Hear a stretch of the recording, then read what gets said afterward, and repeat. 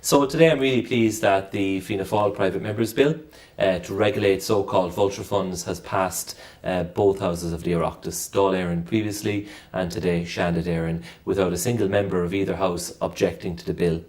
Up until now, vulture funds have been essentially above the law, beyond the reach of our own central bank.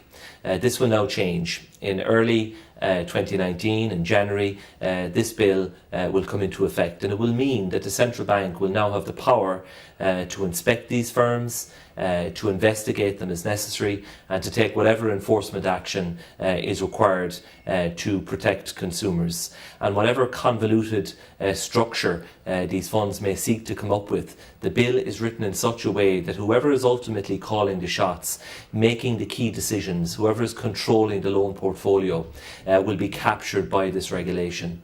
It remains the Fianna Fáil position that the banks should not be selling on these loan portfolios. They should be dealing with mortgages themselves. They should be dealing with business loans and farm loans as well, and making decisions on a case-by-case basis. But the fact is, a lot of these loans have been sold and more may well follow. So it is critically important that we have a proper system of regulation in place, that for the first time in this country, these loan owners, these so-called vulture funds, or whoever is ultimately pulling the strings sitting behind them, will be captured by regulation, will be held accountable, and will be fully regulated by the central bank. So I look forward to this bill being signed into law, coming into effect in the new year, and I hope it will give all of those that we represent some comfort that at least these funds will now be accountable, be answerable to somebody, and we'll ensure that the central bank perform their functions and implement this bill in full.